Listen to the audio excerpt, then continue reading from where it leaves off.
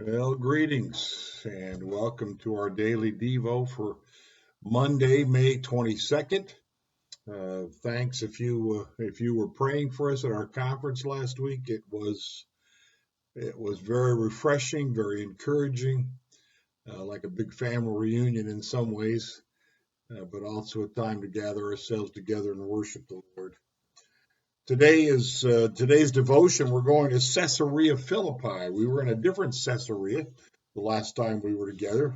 Now to Caesarea Philippi.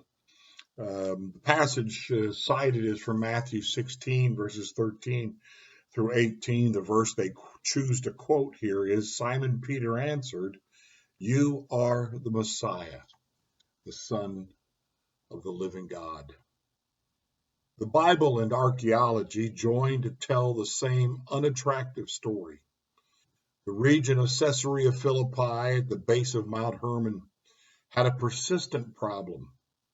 Throughout its history, it was a place where people perpetuated a grave misunderstanding of who God is.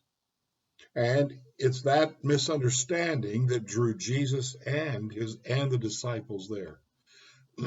Excuse me.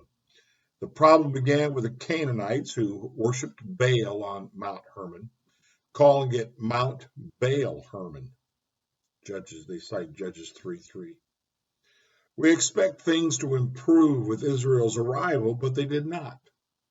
King Jeroboam the first king of the newly formed northern kingdom, established a worship center at Dan that did more to confuse than clarify. Jeroboam feared his subjects would reunite with the southern kingdom if they traveled to worship the Lord at the temple in Jerusalem. So he set up alternate worship sites at Dan and Bethel. These worship centers were made to look like the temple in Jerusalem, but combined worship of the Lord with the worship of Baal. 1 Kings 12:26 through 30. The calf sanctuary at Dan, like its pagan counterparts, misled worshippers and tarnished this region's reputation for the remainder of the Old Testament era. In the 3rd century BC, Greco-Roman worshippers contributed to the entrenched theological confusion of this region. The southern toe of Mount Hermon terminates in a multicolored 131-foot cliff face. Recessed into it is a yawning cave that is 66 feet wide by 49 feet tall. In the 1st century AD, a thundering stream poured out of this cave. To this day, it looks surreal and otherworldly, and that appearance had led the ancients to worship the pagan nature deity Pan here.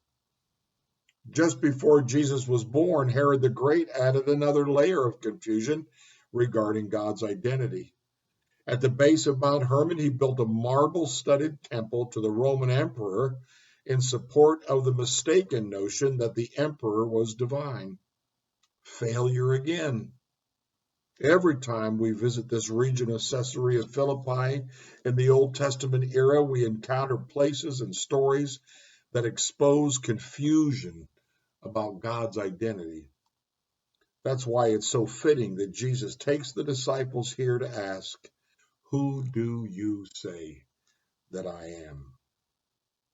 And in this place that had so persistently gotten God wrong, we hear a testimony that gets it right. The Spirit-filled Peter declares, "You are the Messiah, the Son of the living God." This is a thunderbolt from heaven. For the first time, the region entertains a statement that accurately portrays God as he is. Jesus seizes the moment when he tells Peter, "On this rock I will build my church, and the gates of Hades will not overcome it."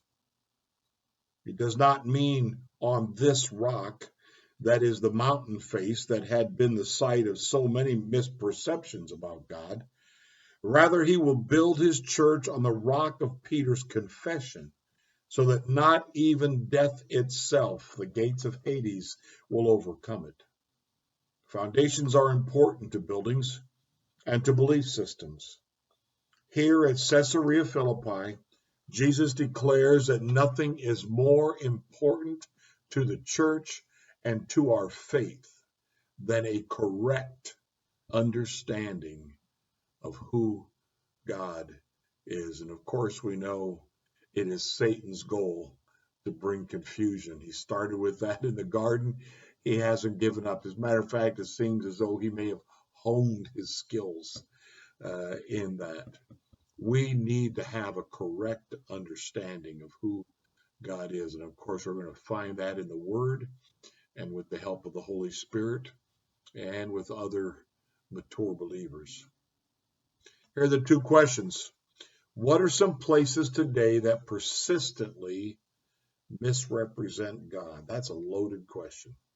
What are some places today that persistently misrepresent God? Second question, how can we keep a correct understanding of God as the foundation of our beliefs? And again, the Word, help of the Holy Spirit, other mature believers would be my answer to that second part. Here's the prayer.